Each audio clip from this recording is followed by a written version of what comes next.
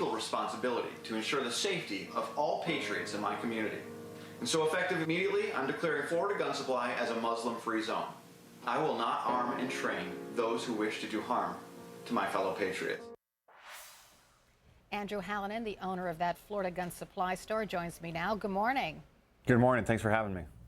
Thanks for being here. So you're standing in front of a Confederate flag. You're banning Muslims who read the Quran from your store. You want to be provocative. Why? You know, the goal of the video was to offend, as many people as I could, quite honestly, so we could start a conversation about the political correctness that has become overly extreme here in the United States and causing loss of life that we could prevent if we if we looked at Islam for what it is. Okay, so I'm all for a conversation, right? But you're going one step farther. You're banning Muslims who follow the Quran from your store. How do you determine which Muslim who follows the Quran?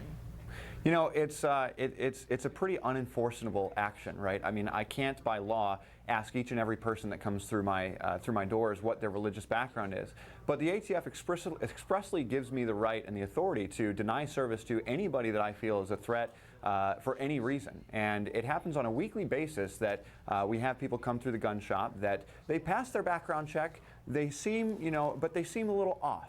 And we make the determination on a case-by-case basis whether or not we're going to arm and train these people, because the last thing we want to do is have more loss of life, for any sort of tragic event.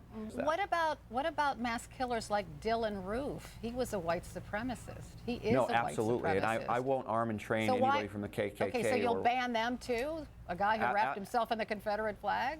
Yeah, if I have reason to believe that that the person is not buying these firearms or getting these trainings to do good in the community or to protect their homes and families from evil people, then I'm not going to sell them firearms, whether that be somebody from the KKK or somebody from, a white supremacy movement or anything like that. But we don't necessarily have to have a sign out that says no KKK. If right? a white... I'm not denying guns to Muslims who read the Quran. I am denying guns to Muslims who believe the Quran exactly the way it's written and wish to establish a caliphate, a one world order, and kill unbelievers for not believing.